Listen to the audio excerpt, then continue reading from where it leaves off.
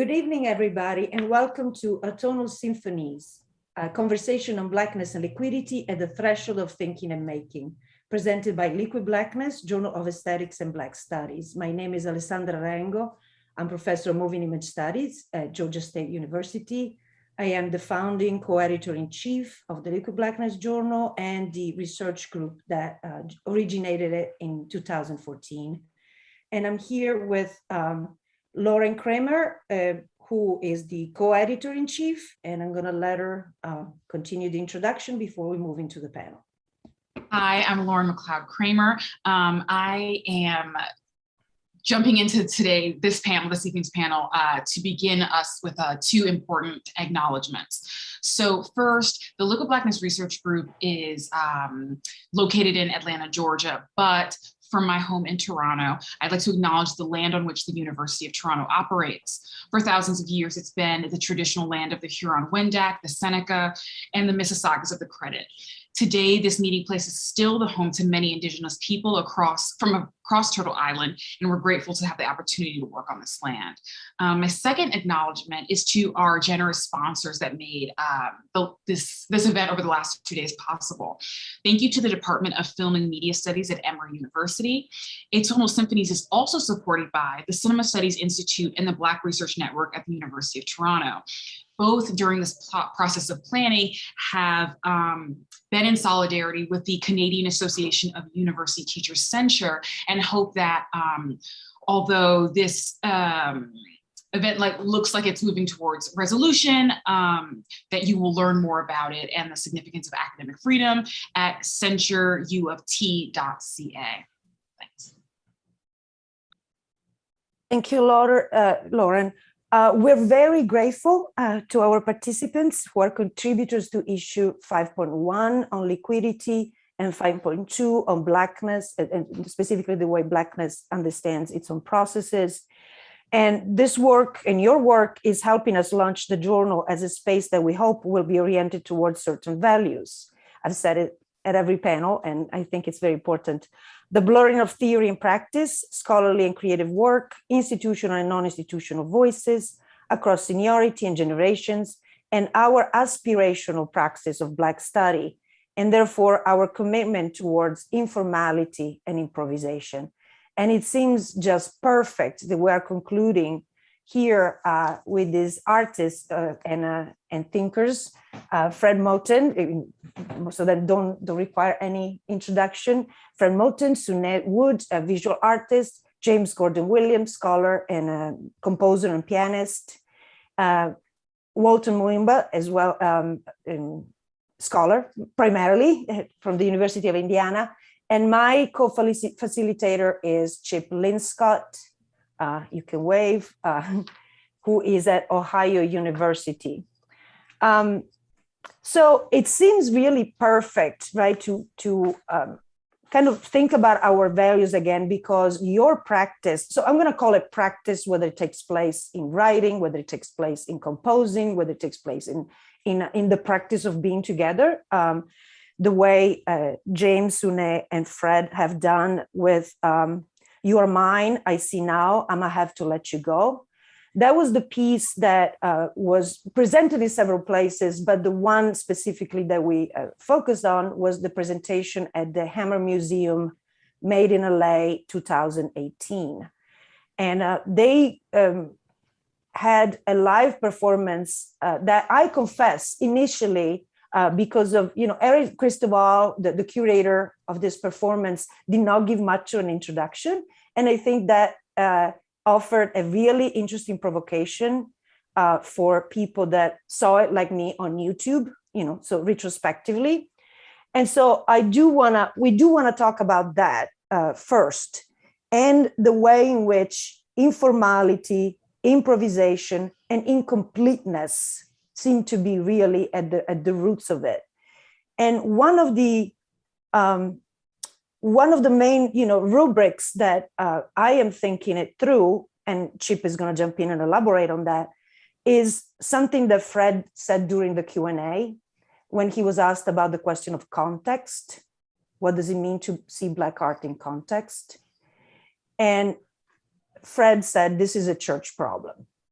And the problem of how stuff goes together in a world that is continuing to keep, try to keep stuff separated in the interest of accumulating certain things and disposing of other things. This is an ecological problem, but it's a church problem. And so I would love to give you the opportunity to tell us a little bit more about how you work out this problem in your own practice, in these performances. They are serial to some extent, and I'm sure you're looking forward to doing it again sometime soon. And Chip, feel free to jump in if you want to. So this practice of improvisation as practicing things going together, which, just so that I plant this already, I do think that is also a way in which Walton's essay is attempting to do it by drawing on several artists and the way in which he develops this idea of the collaged self, a collage being a much larger feature, right, of Black expressive culture, or at least that it functions as one of the many guiding metaphors. So if you could start, maybe James, you want to start talking about the way you are. I almost hesitate to call them roles, but the way in which you are working all together through this piece, especially for people who haven't seen it. First of all, I'm very happy and honored to be here and to be with you all, and especially to see Fred and Suné again. It's been a while, since I've seen them in person, but I'm very happy to see you guys again. There was a recent conversation in a jazz studies collective group on Facebook, and there was this whole argument about ownership, right? It's like, okay, we've been having this same argument about who owns Black music for generations, right? And it struck me that what Suné and Fred and I were doing was beyond that conversation. The way that we brought our meetings together was not about ownership, but about really going to a different place and performing something, I guess you would call it interdisciplinary. But there was really no concern for what you would consider tensions between our various mediums, which made it so exciting. I was listening to Thomas de France just yesterday evening, the way he was talking about his work as sort of a temporary, kind of a moving through, and the way that it sort of addresses Blackness. And I was also thinking about Sampada's comments about David Hammond's in regards to the idea of not owning anything, right? And it being about mystery. And I think that's, I don't want to speak for Suné or Fred, but I think that's what we were doing. It was not about solidifying what we're doing. It's about letting go and getting into this space where we were talking together and improvising all together. And what's exciting to me is and what I've been working, what I've been moving to more recently is sort of leave this sort of model of, I wanted to divorce myself of the sort of the model of the jazz musician, getting out of that. That's hooked up to capitalism, that's hooked up to ownership, that's hooked up to commodification, right? And I want to be in conversation with different artists, right?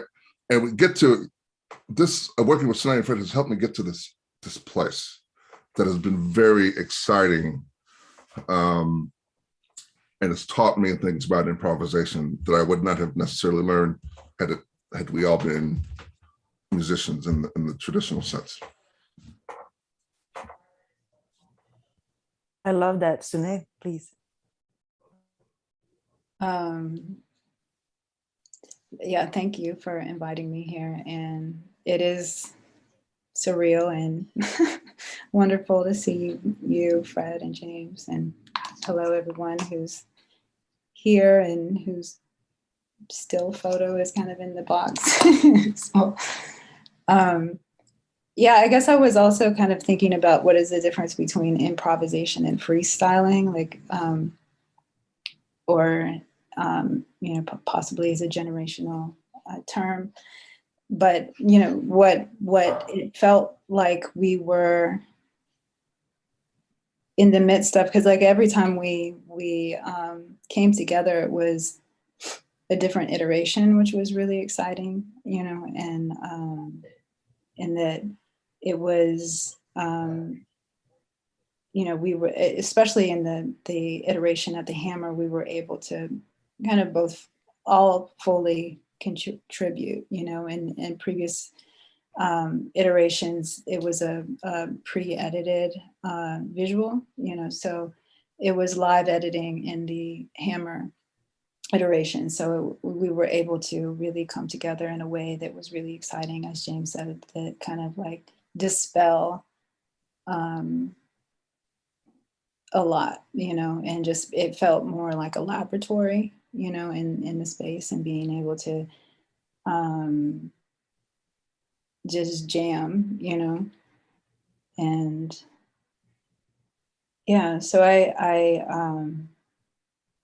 but yeah, I guess like when the term improv, or, you know, like this kind of like practiced, I guess, what is the practicing that we're doing, or what is in practice, or what is the practice that we created, you know, or did we create a practice, you know? So those are the kinds of things that I'm kind of mulling over and thinking about right now. Yeah, thank you for that. And I meant like practice as processual, right? And always incomplete. That's how it seemed to, that's what it seemed like you guys were working out. Mm-hmm. Fred?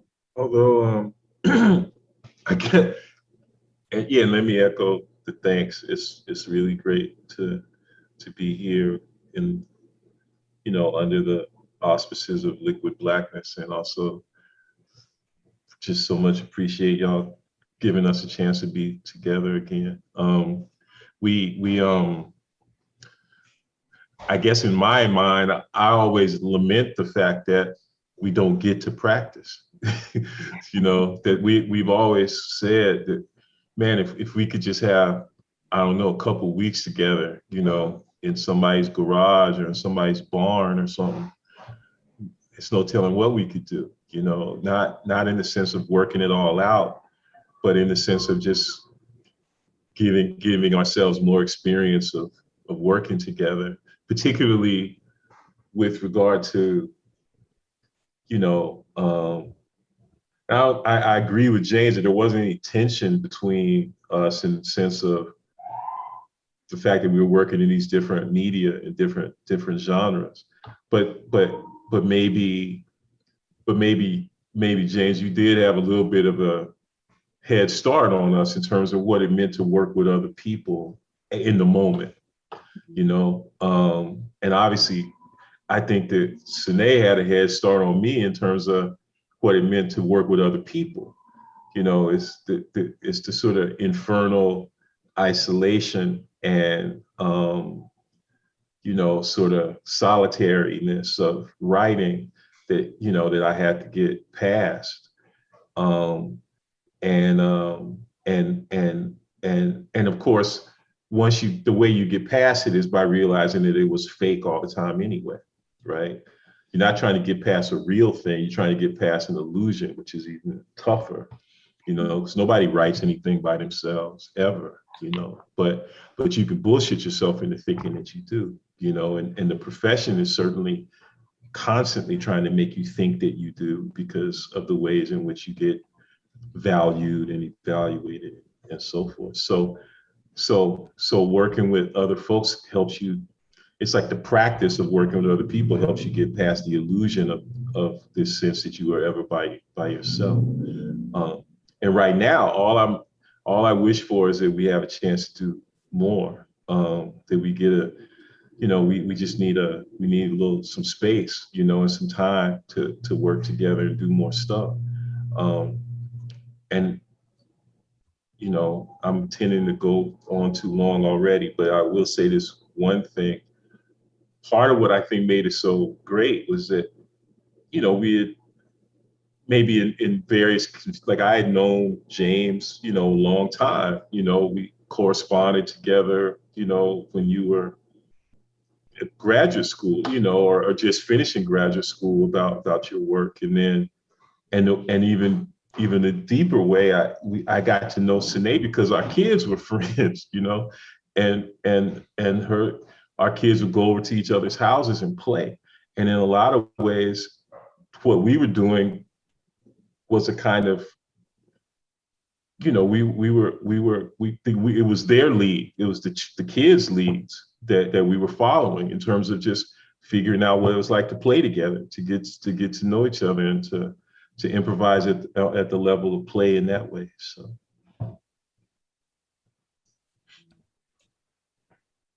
I was thinking of something that came up yesterday.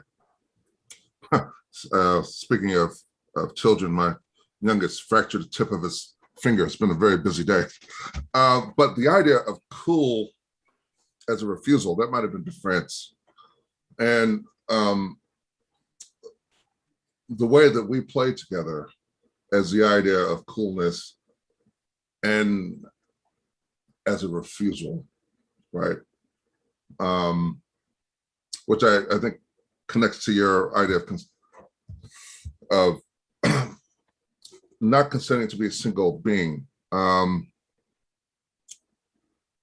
just think it's the idea of refusal of ownership. I think we exemplified that in the moment. I don't know what you guys think.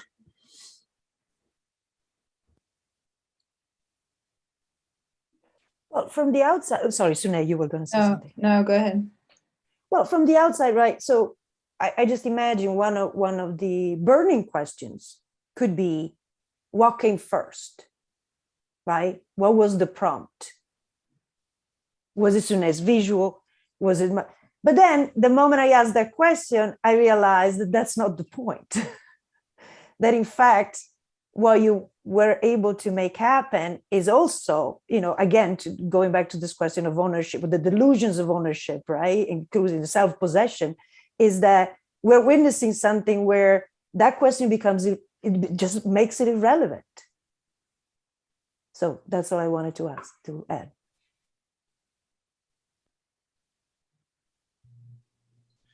Well, something came first, I guess, but it wasn't first.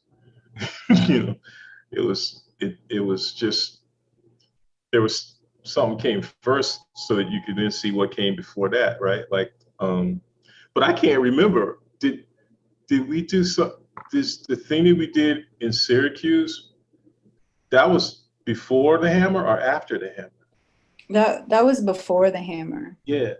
So, yeah, and prior to that, it was us collaborating for the City of Writers. Yeah.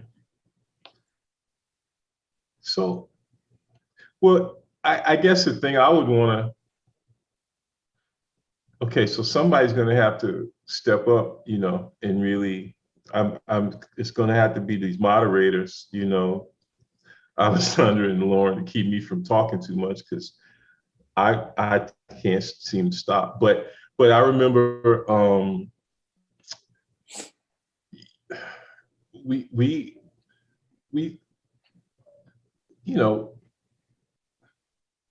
even when we were working, like Suné would come over and we had this kind of little office in the backyard where we would work, and we were just using this in a way, the extent that the collaboration with Suné that we sort of started with was an extension of a collaboration with Wu Sang. And the reason why I say that is because we had that recording machine where we would do stuff with, which I would have never had if it wasn't for working with Wu. you know, where we had like a little loop machine so we could make these little sound loops and stuff. And we were trying to make sound loops, but the sound loops were in response to images from video that Suné was making. And then it was maybe like a serendipitous thing that you got that thing at Syracuse, and so which allowed me to come visit, but that's where James teaches, you know. But then we had already sort of known each other before that too. So some of it has to do with just luck, you know, and then it has to do with making the most out of the luck of being able to connect up with certain people at a certain moment, you know, like kind of just being open to being with who you're with, you know, and also being open to the fact that to being open to seeing how what they're doing is really cool, you know. It's like, which is to say, I suppose that we didn't step to each other with a critical attitude. And we didn't step to each other with, you know, maybe the attitude that critique would be the way in which we would advance the common project. It wasn't critique that was going to advance the common project. It was more like acceptance and maybe even a certain amount of wonder. Like, oh, that's cool, right? Like, maybe that's the cool part, you know, that you saw something cool in what somebody else did, and you're just happy to know that they were open to you doing something in response or with it, you know. So there was an ethics to it, you know. Now I always associated that ethics with the practice of making jazz, but James, it sounds like you saying maybe I had been romantic in that presumption. So, you know, so. Well, it's interesting. You know,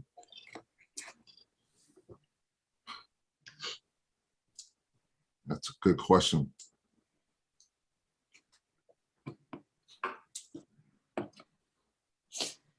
When I first, as was said, I came in. I was, you know, the last person to join this trio, and I remember the initial feelings of working with you guys, and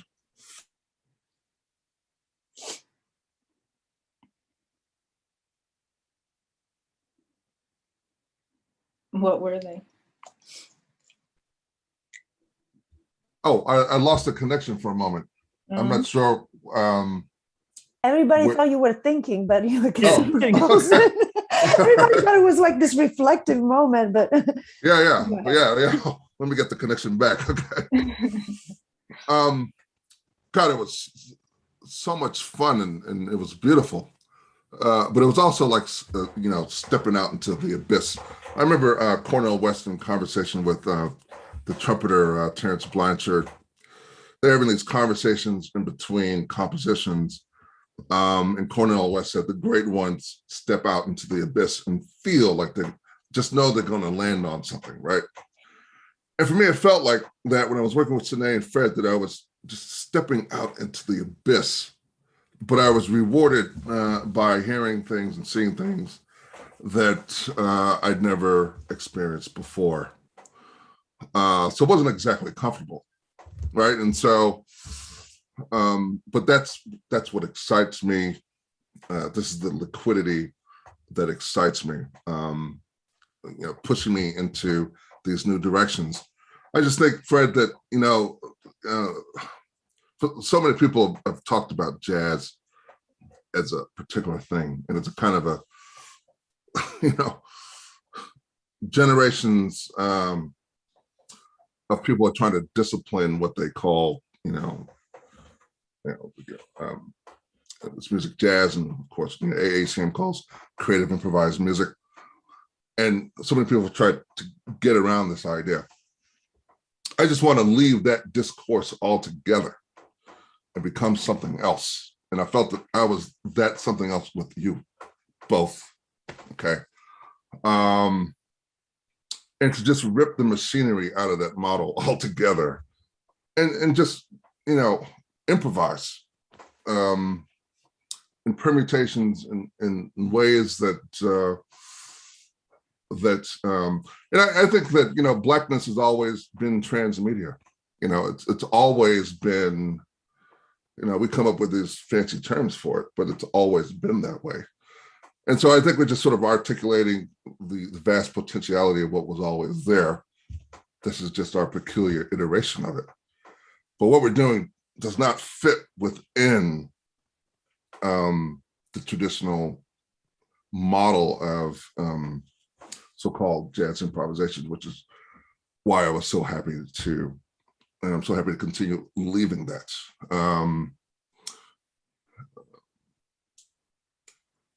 I often talk about the compositional structures of tunes, and so many people have talked about this, from Edward Bland in The Cry of Jazz, and the way he talked about, the compositional form representing segregation, and the melodic improvisation represented the breaking free from that.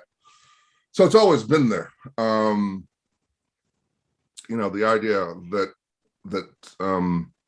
I think even back there in 1958, 1959, they're saying that this type of commodified improvisation is dead, but the spirit of jazz is alive. So we don't have to call it jazz. We call it whatever we're doing is very much alive, very much real, very much not commodified, very much free. And so that's what I'm about, moving in that direction. But I understand what you mean.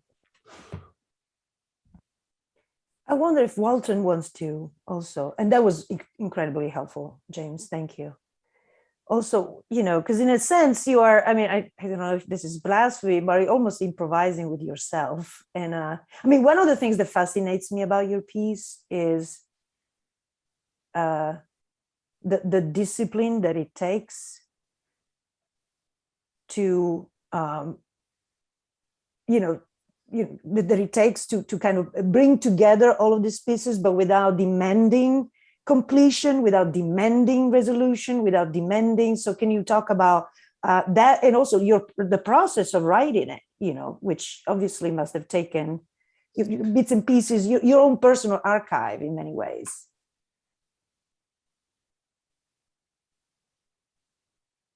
Is Walton still here? I'm here. Okay. I didn't realize that was coming to me. I thought that was to the field. Yeah, so to kind of pick up on what James was just talking about in terms of getting free. In many ways, the piece is the beginning of an already ongoing process, right? So the piece kind of is coming out of an ongoing process of kind of releasing myself from certain inhibiting narratives or structures, whether they're visible or invisible. And the way out, I think, is through play and improvisation. And on some level, the piece is one outcropping from all of that play and layering and connection. Way behind it, and this goes back also to something that James mentioned, and that actually, in a way, kind of, I'm thinking about something that Fred said all those months ago back in Knoxville. It may have been a throwaway comment as we were sitting around in the hotel between or following sessions, just thinking about how to unencumber ourselves from institutional narratives. So I guess that's a long way of saying that one of the things when you're connected with the academy is that you're being corralled by narratives of meritocracy. And one of the things I wanted to get out from underneath was writing as a manner of proving my value to the institution. And this piece that isn't is coming out of the midst of an ongoing practice that I actually couldn't name without writing the piece is part of that effort. One of the things I heard growing up in my parents' home was talk about home all the time. Oh, this stuff is going on back home, and back home is Congo Kinshasa, is the Kasai region, is Mbujimai, and I've been trying to figure out how to negotiate my access to multiple homes, the home that I grew up in, this nation state that I was born into, but also this elsewhere that I'm connected to. Like, how do I chart a route back to that? And so I'm using the tools that are available to me to start taking those kinds of steps. And maybe as I've said already, that's ongoing, and I didn't know how to articulate that to myself until I had to figure out how to make this piece. I'll pause there and see if that inspires a question. Well, I actually have a question, Walton, that's based on something you wrote, and I think it's starting to be collectively answered, but Alessandra already gestured toward the hammer Q&A, where Fred said that Blackness is the ethical comportment that makes stuff go together. And in your piece, which is just wonderful, you wrote that maybe the process of attuning these different selves, like the critical self and the artistic self, is possibly the chemistry of improvisation and the wellspring of freedom. And I think you were already just talking about that, but I think my larger question is, this piece is like you working through making stuff go together over a period of years, right? You're like, how do I get all this stuff to go together? And Fred's saying like that Blackness has to keep working against other forces that want to tear stuff apart, right? That want it to all be separate. And so I guess my larger question then is like, how, for everybody, is how do you make stuff go together that people or even our own critical selves will initially see as separated or want to keep separating, And I think you started talking about that just now, but like, how do we make stuff go together? So I guess on some level, I had to start doing that the minute I left my parents' care and started attending public school, because I had to manage, I was coming out of a multilingual familial circumstance, right, where French and Chuluba and English were being used interchangeably as a way of identifying things within the house. And going to a monolingual system, even with my kind of immature 5-year-old's brain, I had to regulate myself. And I think that's the beginning of the process of that tearing apart. But it took, and I'm gonna cite my partner here, Marissa Moorman, who told me a few years ago when I was lamenting that I hadn't moved about the world the way I wanted to. She reminded me that as the firstborn child of Congolese immigrants to the United States, I had to learn how to be American. I had to learn how to be Black American. And so I probably had to narrow my possibilities in terms of kind of cultural practice until I got to a place where I could be, more open and accepting of that multiplicity, and then figure out how to put that multiplicity to work. So I don't think that there's a moment where you just start to know. It's probably that, at least for me, psychologically, emotionally, or even in a kind of auditorial or even gastronomic circumstance, I was always putting things together and putting them in conversation. But that was something I had to hold to myself, because it didn't seem that there was the spaces I had to move through were going to recognize the kind of collaging that I was doing. And then I got to a place where I could actually embody that, speak it, write it, describe it, maybe even teach it. And so I start to see these, maybe access points to another kind of being and living, that kind of getting free that James was just mentioning.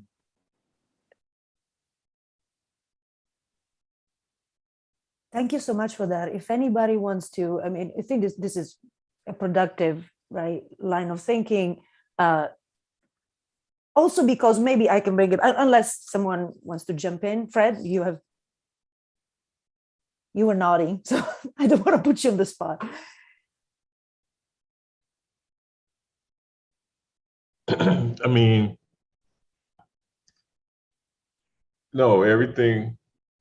Well, for me, what's so deep and rich in what Walton was just saying, it kind of picks up on something that was being discussed in the previous panel, and that, Ronaldo Walcott was talking about in this sort of sense of which he was almost making almost a certain kind of argument that I subscribe to myself as well, in his, wake of a kind of preferential option for diaspora. Okay. That it becomes something that at a certain point you have to choose, which is complicated insofar as for most of us in this hemisphere at least, diaspora was not a matter of choice, right? So the question is, how do you come to choose it? And one way to think about that is that, it becomes something that the possibility of choosing diaspora, the possibility of preferring diaspora, is in some ways something that is renewed, by the experience of African immigrants specifically, in the Western Hemisphere, and maybe even more specifically, African immigrants and Caribbean immigrants to the United States and to Canada, who have, and then to Britain, who chose a displacement. They had to, or at least under a certain set of constraints, they chose that displacement, and it echoes, the chosen displacements that allow us to think about diaspora as primarily an intra-African affair, which was something that, again, Walcott was saying, and Grant Fard was, I think, saying too, and all it makes me think of is makes me want to go back to the notion of practice, and which therefore makes me want to think about Brent Edwards and his great book, The Practice of Diaspora, which is, and it actually makes me want to go back and think about R.A., Judy from last night, who was, very, very brilliantly requiring us to consider the difference between the practice of human being and human being as a practice, or, or the practice of being human and the practice of human being. All those little fine lines of differentiation between those terms become something that we are required to pay attention to. But the point is that this if we think about our preference for diaspora as also a preference for a practice rather than for an identity, right? All of a sudden, a whole bunch of stuff is opened up for us, and at the same time, even maybe more importantly, something is foreclosed to us, but which is probably necessary that it should be foreclosed, and that's the illusion of home, right? Or the illusion of some sort of achieved autochthony, let's say, so that's why what James is saying is so exciting to me. I'm like, I'm ready to go too, man. Maybe for a long time I've been looking to jazz as if it were a potential home, and you're ready to go. And I'm like, you know what, I'm gonna go with you. Let's go. And certainly the academy is nobody's home.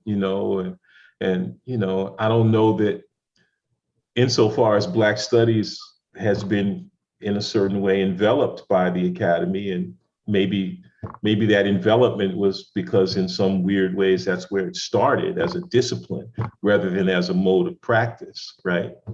I'm ready to go. Let's go. Let's get out of here. Let's make something new. And in that respect, we can then begin to consider this absolutely necessary interplay between abolition and exodus. You can't have one without the other, it seems like. So.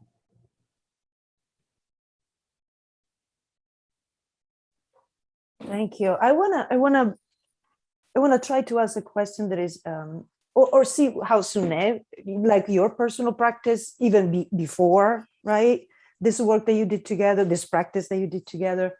Obviously, every time we enter a medium, there is a history that comes with it. I'm trying to figure out what are the equivalent kind of strictures and forms of institutionalization that you're also pushing again or try. I mean, the one really remarkable, I keep coming back to it, metaphor. And again, and I do want to say what was said earlier, we use metaphors, we try not to fetishize them, right? There's something wrong about them.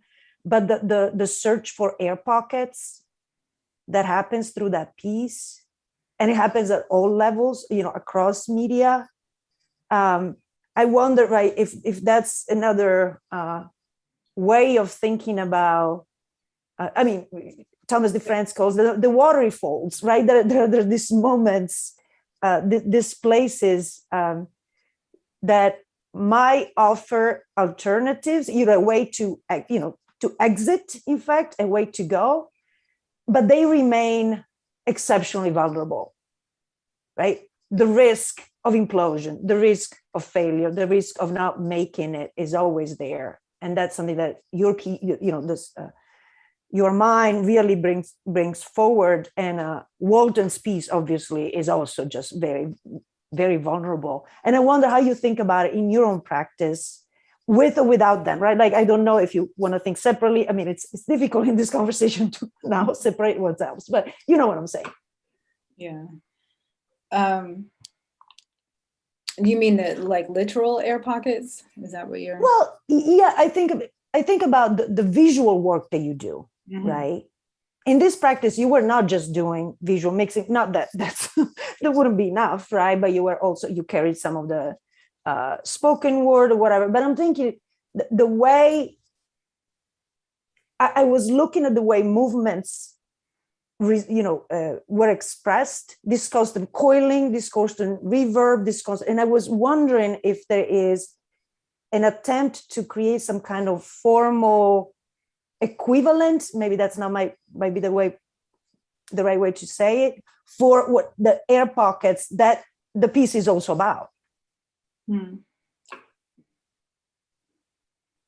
I mean, I think what comes up for me is, when in the conversation around illusion, around play, around abolition is, and what I guess like what my work I feel is driving towards is this and I guess like, you know, when I hear Fred talk about like a choice of diaspora and, you know, whether it's forced or chosen and all of that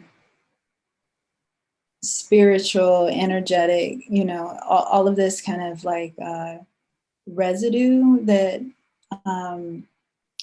we hold in our bodies and our genes and our cells. And, you know, we had a lot of conversations in the group talking about whales, you know, our relationship to whales, or just even our relationship to aquatic animals, mammals, species.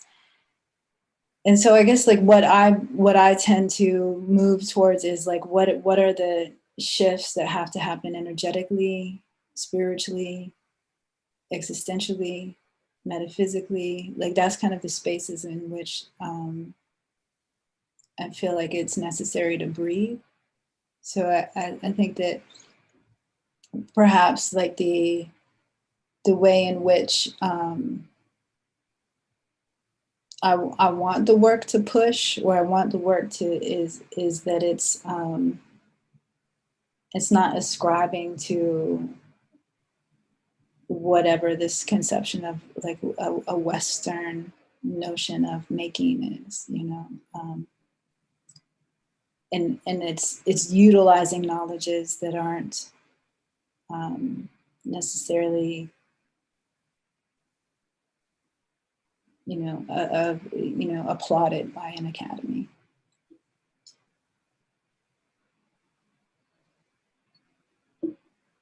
Feel free to jump in. I mean, I really want to have this as free flowing as possible. I mean, we're obviously getting at a cluster of concepts and they're all related. So if anything appeals to you, just go for it.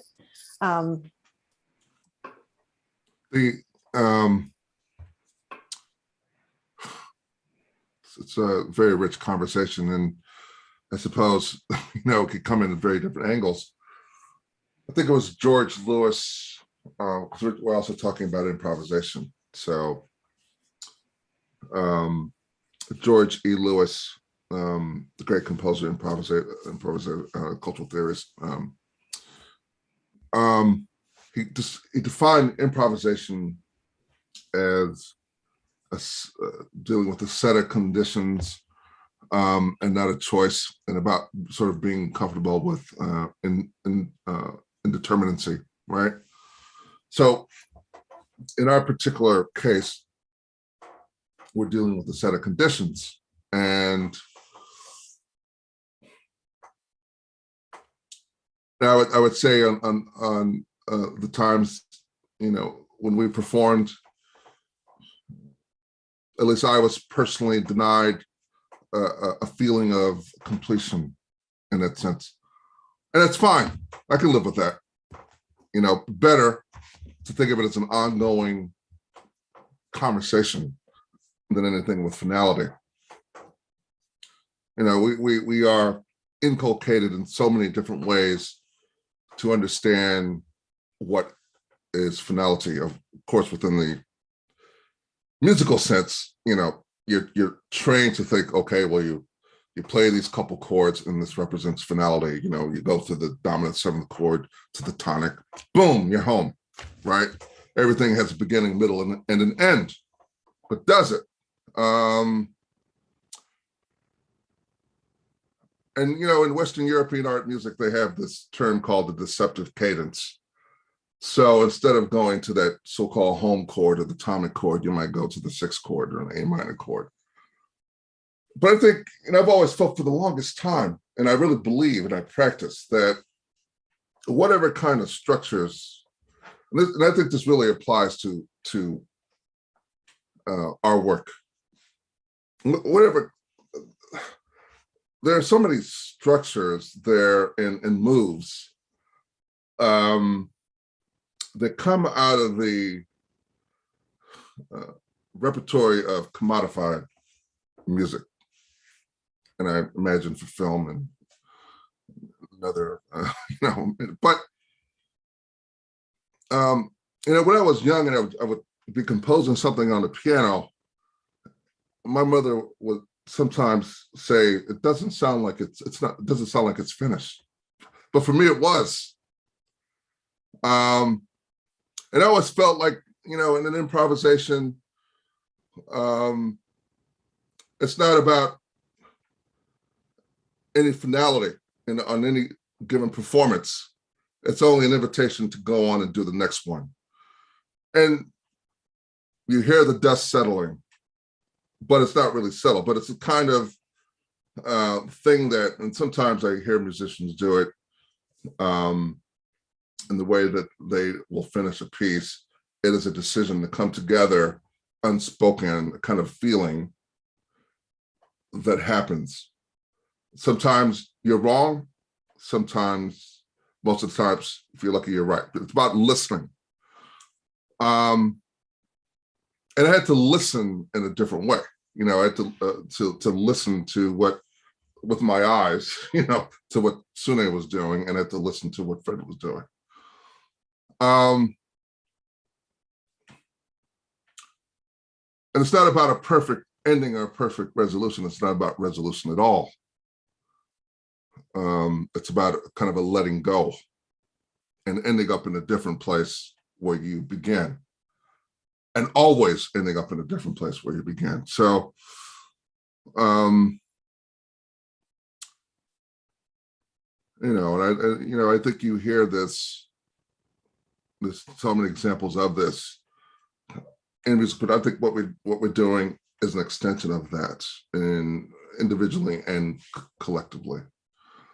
That is the exciting part, but there's no sense of reward in the traditional sense, and I don't ever want to feel rewarded. No, let's see what happens next, and next, and next, and next, right? Almost like a sus chord going infinitely, vamping on one of those sus chords, and then what is resolution? So anyway, I'll stop there. Okay, I'm jumping in again. Sorry, but I'm jumping in, and I'm jumping towards you, Walton. I think, man, because I think you're the one who could. Okay, so basically, like James Band, choice was not a good word. That was an imprecise term for what I was trying to talk about. And you're so right to point that out, right? Like, it's like the thing about like consent not to be a single being is consent not to be a single being cannot be the act of a single being, right? It cannot be the act or the decision of a single being, okay?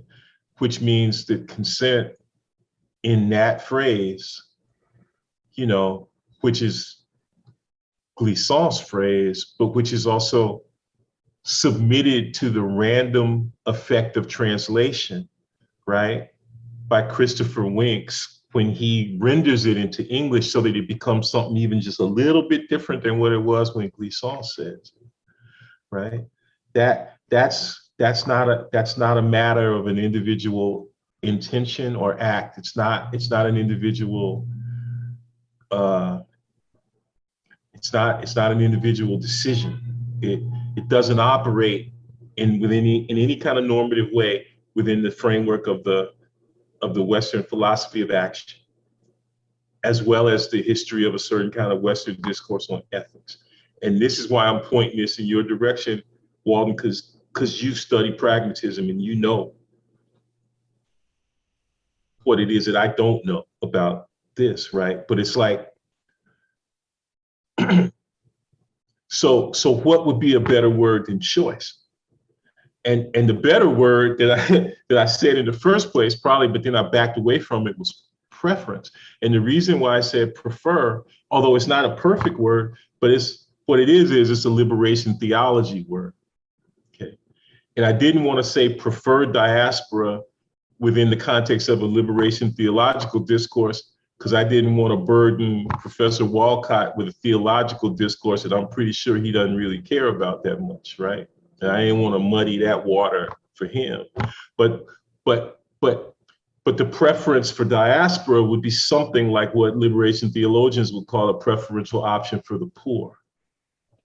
But the other way to think about it is that this preference is another way to think about it is it's an inclination, a preference for, or an inclination towards, or even a kind of favoring, like the way old Black folks used to say, you favor your daddy, a favoring of indeterminacy. What it means to favor the indeterminate, right? To tend toward, to lean toward the indeterminate, to let that be your inclination, okay? But recognizing that even that inclination, that favoring, is something that's done in common. It's something that's done in concert. It's something that's done at the level of gathering, right? And it connects back to the question you were asking, Chip, because and then the question is, what's the practice?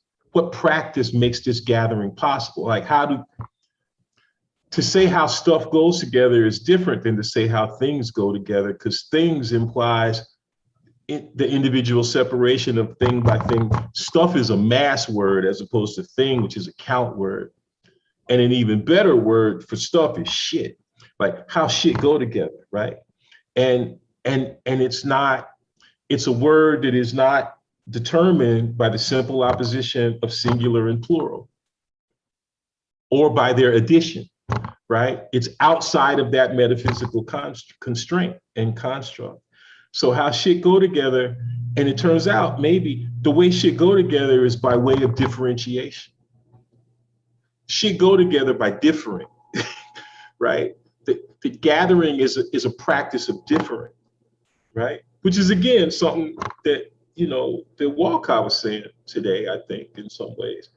It ain't got to be arguing all the time. It ain't got to be fighting, although it could be, it can be that way.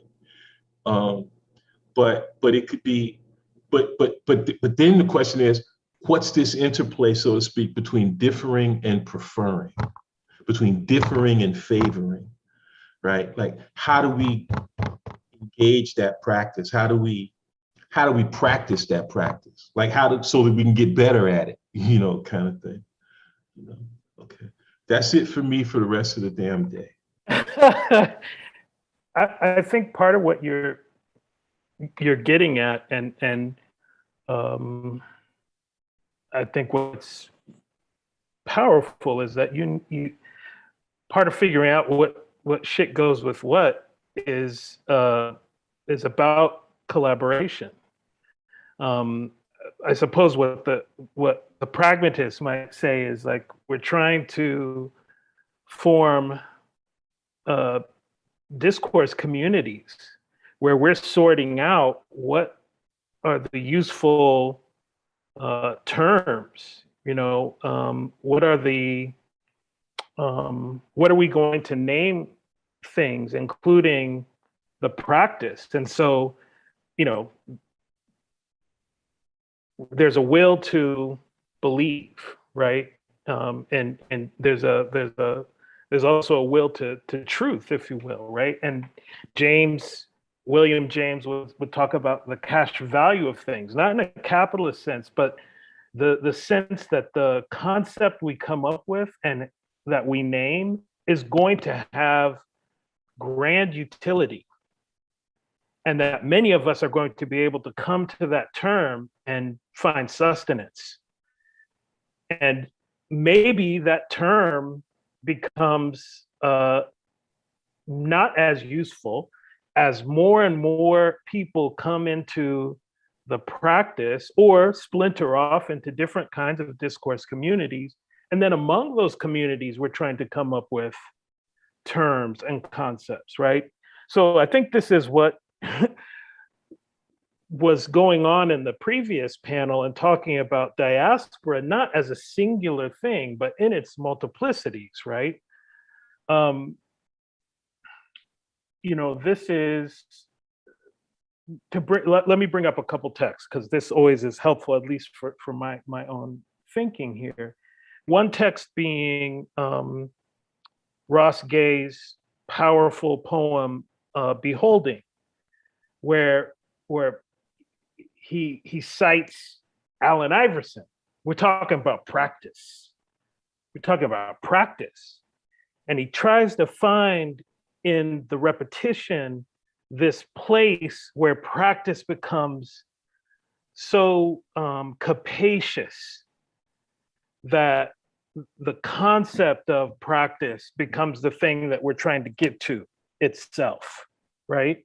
And once we get there, it is in fact a way of beholding each other, right? And I think that's extremely powerful. The other text I want to bring up is actually is a new thing, but it's also part of a continuum, and it is Gail Jones's new novel, Palmares. Palmares is actually not a new novel. It is a novel that refers back to other parts of Jones's oeuvre.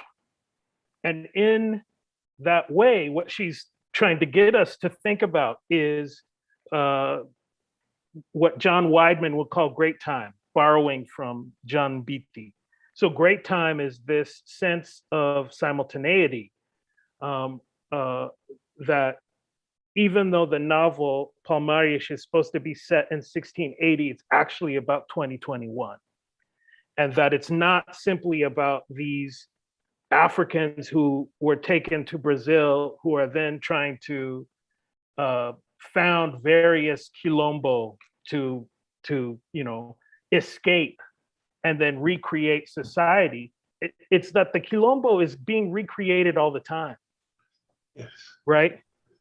And so when you think about her late 90s novels, this Gail Jones, The Healing or Mosquito, and you put it next to Palmares, you see that there is a continuum, that the characters in 1680 are thinking, imagining this futurity, while those characters from those earlier novels are trying to figure out how to access something like the past. Yeah. Right. Yeah. And I think that is a very, that's black shit right there. That's black shit. Right.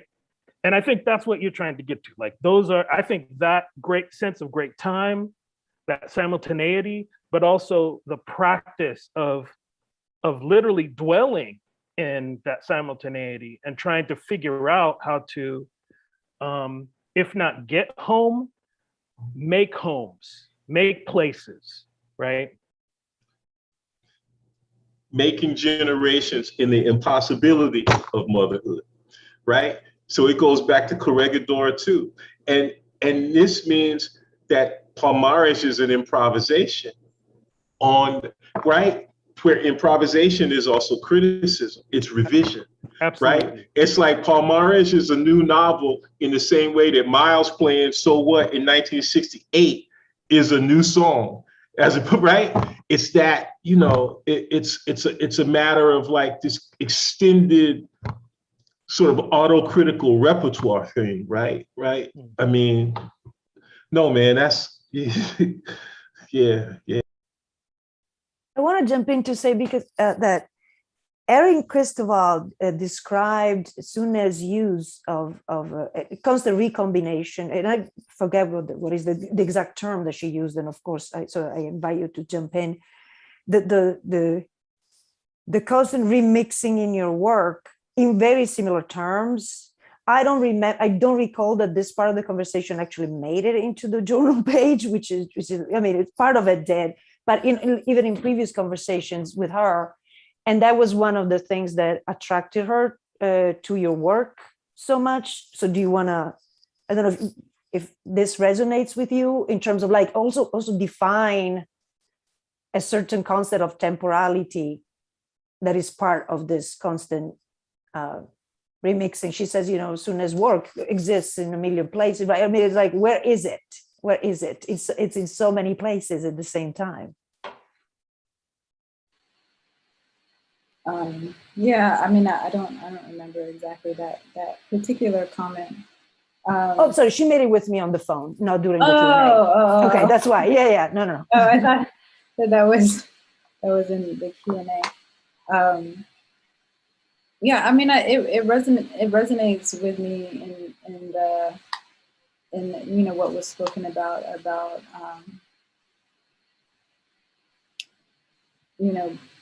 creating home or making home, or and what was brought up was all shit goes together, or shit goes together, like what it means when shit goes together, or like what it means when the three of us, all our shit goes together. But no, I think that what I'm interested in, and kind of, I guess, like the word you use, remixing, I would say is like, it's trying to get at something that's not seen, trying to get at something that's intangible, like it really is important for me to, and I think that all of these things, like the histories, that I bring together it's important for me to understand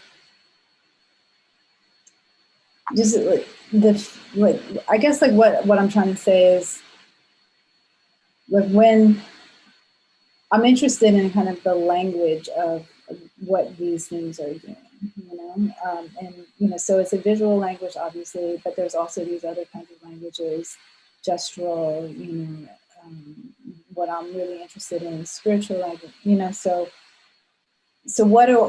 how do we communicate in those ways, so I think that's what I'm interested in. And I think that, like, what maybe is exciting about what the three of us, the play that we're doing, because it's like, all of these languages coming together and kind of like figuring out how to communicate, or what is the communication, or what is the new, maybe not even new, but what is kind of like the shift in the way that we're conversating, or having a conversation. So it's like a conversation with all these things that have multiple languages that I'm interested in, and how that is possibly shifting energies, in terms of, like, what I'm interested in is us all healing, like healing from all of this, like, really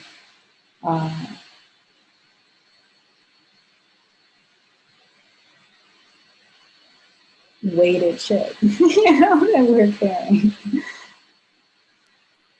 Can I jump in and ask a question, actually, of Suné? I'm wondering if you feel like I'm also thinking something that James was saying earlier about composition, and I wonder if you are taking, if there's something in your practice that you're trying to solve or resolve isn't the right language, but part of what I'm asking is something like this: are you taking the same photograph over again? Are you trying to figure out a particular problem? And is that built into something iterative in what you're doing? Just thinking about improvisation and play, repetition. Is there something that you feel in terms of the visual language that you're trying to figure out? I mean, I think I use the visual language to try to figure out these other things. Like when Fred and I first came together to collaborate, we were both thinking separately about notions of intimacy. And so these different ways in which that can be articulated is like what comes through the visual language. So maybe it repeats, it would, maybe like you get your heart broken many times, but it's different each time, or you love many times, it's different every time. So it, in some ways, yes, like there's a repetition, but it's not in the way that like the data is exactly the same. Thanks for that. Yeah. But the the intimacy, the extent to which I was trying to write something with intimacy on my mind was strictly as a way of like documenting my own, response to Suné's moving images, right? Emphasis on moving, and feeling, and saying, okay, well, this was trying to, it was like taking notes on something, on somebody trying to teach me about intimacy through images, and through images of movement. And I was just thinking, y'all, when we get together the next time, and I'm going to try to figure out some kind of way for us to do it, like this summer, some kind of way. I mean, I think I got some place where we can go. Should we work with a dancer?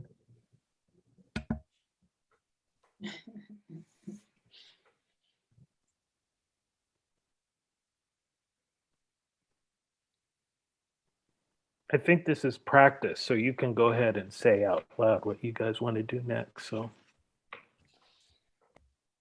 We are all dancers.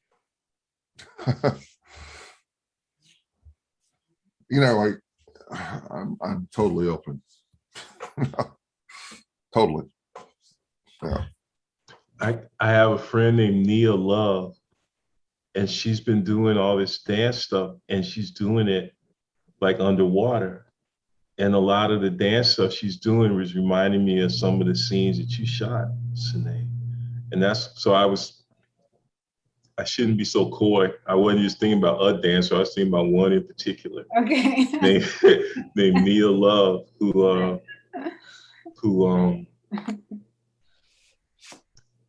anyway, so. So are you somehow also saying that when shit goes together, it attracts more shit? Like, I just feel like that there is a way which when the gut, right, that there is a, I don't know. That's interesting. You know what I'm saying, right? Yeah. Constellations, yeah. Go ahead, Fred. It attracts more shit, as in bullshit too, though, right? Like, as in bullets, right? I mean, which is the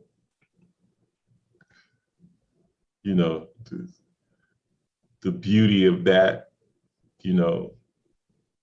Black vernacular moment, is that it encompasses all that, like the way the vast range of Black Englishes does a whole lot of shit with the word shit. And some of it is good. Some of it is the shit, and some of it is some bullshit, and so it does attract more, but everything that it attracts ain't good,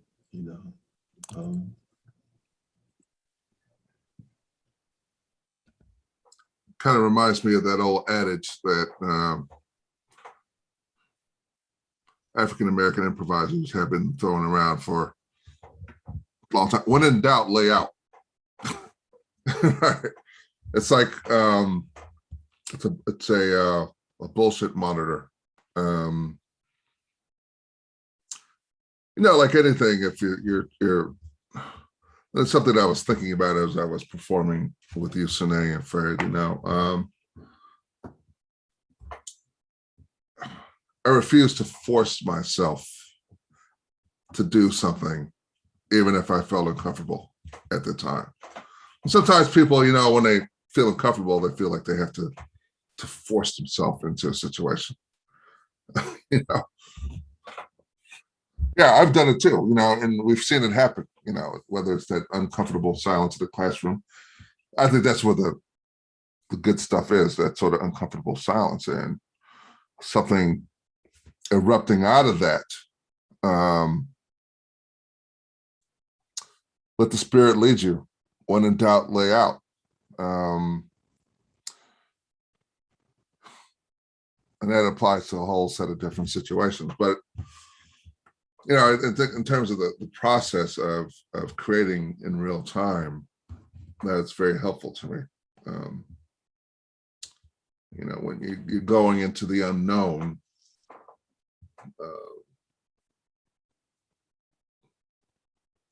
you have to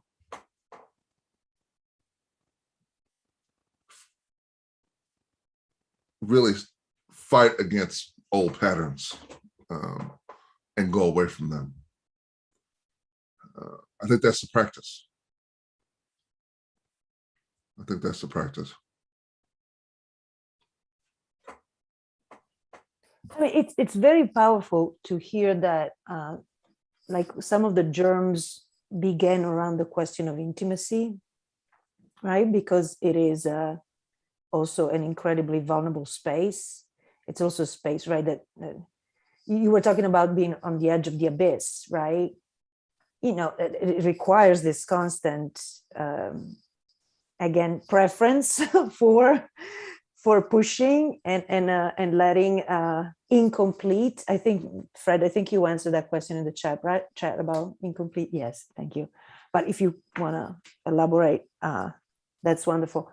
And, you know, this is the last panel. So at the risk of being a little bit selfish, this is the last panel. And I just want to ask, thinking about your work, thinking about your practice is very inspiring for us to think about what are the points of tension that one needs to sit with, for example, right? What are the chances that one has to be willing to make, and what it takes to keep shit to, you know, let's say the good, but I don't want to judge, I don't want to, you know, but to keep shit together long enough, or in order for the practice to continue, to go to the next step and the next.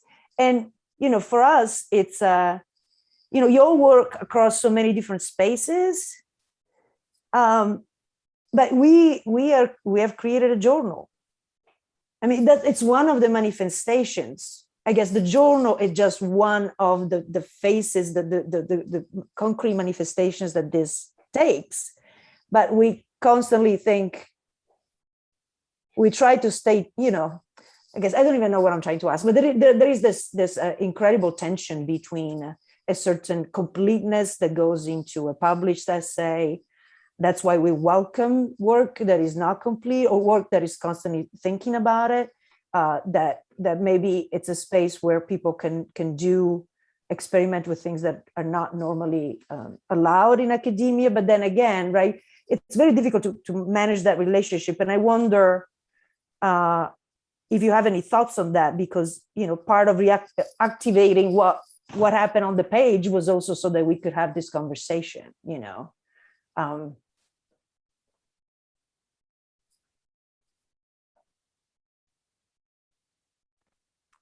I suppose one of the things that I have been thinking about in terms of practice, I always feel like I have these belated realizations, but it's only lately that I have realized the significance, the necessity of collaborators. They probably have been present for me in various ways, people I've just been in conversation with for so long that I haven't recognized it exactly as collaboration until I pause and see how certain interlocutors have been pushing me. But I think part of collaboration that is significant, and maybe the the piece that the other three accomplished and continue to, and I think accomplishing isn't necessarily completeness, but they pulled off one version and they're going to pull off subsequent versions, and they're adding shit to it so that there are these new possibilities emerging. All of that comes from trust. And so when I'm thinking about practice, what I need is collaborators that I trust enough to fail with. And failure doesn't mean we don't accomplish a thing or that the thing is ruinous. It may not actually meet the desires we had to begin with, so it becomes something else. And so we have to then think, okay, well, what can we do with this next version? Which is one of the things I have to think about with my own piece, is like, what's the next iteration? And I think in terms of like Blackness and liquidity, I can't come close to the kind of mobility, intellectually, emotionally, psychologically, that is necessary to continue to create without being engaged with others. And so part of my own practice is a reading practice where I'm reading pretty constantly so I can find more and more formal ideas to bring into play with my own. I also think that it's about a kind of inspiration that comes from watching others, right? That to think of Coltrane, or excuse me, of Miles Davis in 1968, he's always still improvising as though he's trying to, I think, force a kind of minimal practice against the kind of bigness or excess of Coltrane, even though he stopped playing with Coltrane a long time earlier. And so there isn't necessarily, again, a beginning or an ending. We're constantly playing through the things we have attempted before. And so there's, along with trust, there's a kind of discipline that enters the practice so that you don't try to resolve a particular progression towards home. And I'm thinking of a line that I just pulled up here from the piece that Suné and James and Fred put together, that Blackness is arpeggiation and displacement, right? And so there is always this kind of motion, this movement towards resolution, but also a movement away simultaneously. It's almost like your Blackness is simultaneously the thing that you name, and as soon as you name it, it's slipping the mark, so to speak, and becoming something else.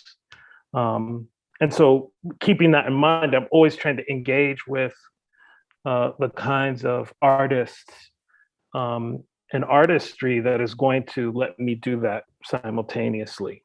Right. Very interesting. Yeah.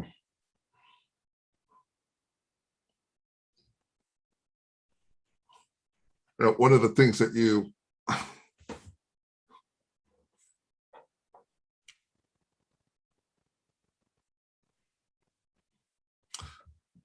exciting thing I think about our work together was that there was no possibility of mimicry.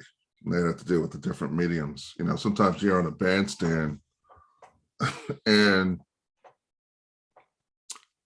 another musician will play the same rhythmic idea to prove that they're listening or to prove that they can accomplish it. And to me, that just weighs you down. And so I've always, whenever just a little smidgen of that, I've run in the opposite direction, because the most exciting thing is the complementary cross rhythms. right? And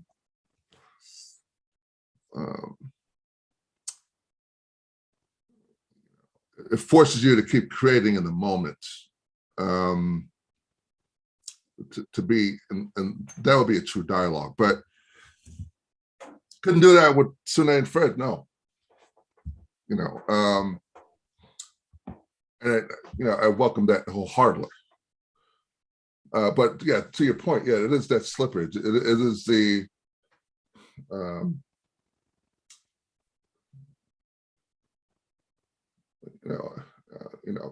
to use a term differently that Daphne Brooks uses in her book Liner Notes for the Revolution.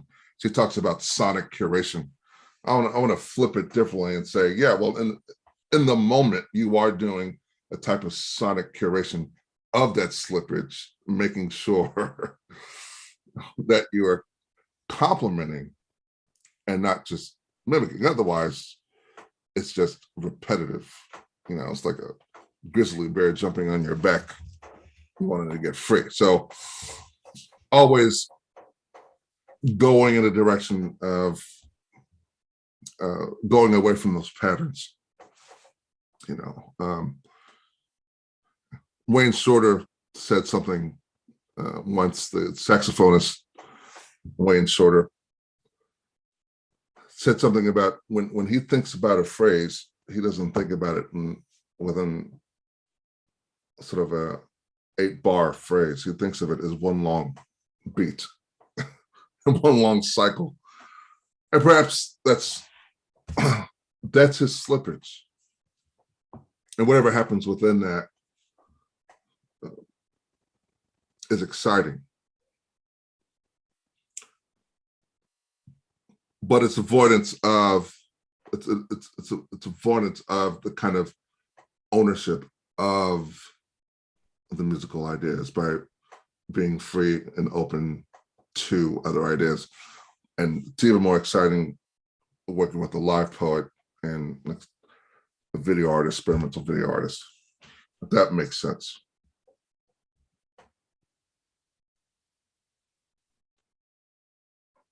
I love this. Thank you so much. I can assure you that if in the analogy, the phrase would be a journal issue, Lauren and I don't even, we don't even experience okay, you hit sand at some point or you want to, sleep for 2 days, but there is no completion whatsoever. Like we always feel that every single issue busts through the seams into the next one, and then this conversation has been so good because of they reactivate this reverb. Basically, don't trust me when I talk about sound because I don't have the language. So please, you fill the blank with the right word.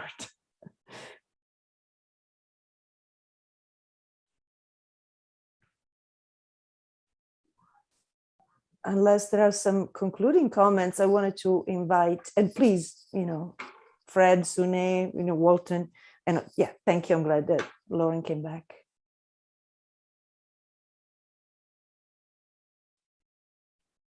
I'll hop in that case. This has been such a phenomenal conversation. I'm so grateful. I'm surprised it took 4 panels to get to Allen Iverson, but I'm glad we did make it. So thank you, and, this comfort without being done, without being finalized, it's almost, it's so loud. Like we really, the way that it resonates is with the work that we're trying to do is sort of incredible. And I'm so grateful, as Alessandra just mentioned, for the way that this panel has helped us keep things undone, even though this is the last panel of the day, by continuing to return to our previous conversations from, all of our amazing contributors. It's the generosity of both writing this work, trusting us with it, coming here, but then also taking the time to listen to everyone else. Like that's really the kicker for me. And so I'm so incredibly grateful. Thank you. Thanks for putting this together. This is, I couldn't think of a better way to spend my Thursday and Friday, honestly. I feel invigorated and actually really lucky to have this my incomplete piece be presented through Liquid Blackness. It's a high watermark from me. So I really appreciate your editorial stewardship and bringing it and convening us for conversation. Thank you so much. You're very welcome. Yeah, absolutely incredible. Thank you guys. I'm honored to be here to listen and talk with you all. Co-sign all of that. You know, I've found my people. How's that? Yeah. You guys are my people. I was right before this panel, I was talking to Rod Judy, telling him how depressed I was. But strangely, I feel very happy right now. So, and I'll be in touch with y'all soon so we can figure out, we can get together this summer and do something, okay? And thank you, Lauren. Thank you, Chip and Jenny and Darren and Alessandra especially. And yeah, it's beautiful. And thank all the other panelists before us. It's been really nice 2 days. So I appreciate being a part of it. Thank you so much for making the time. It really feels great, and thank you for spending 2 days with us. Hopefully, as I said in one of my initial emails, the way I would do it is to make lasagna and have you all over. That's the way it needs to happen. So I would prefer that. right. I mean, so For sure. Hey, it's in the future. So that's One not. day. Yeah.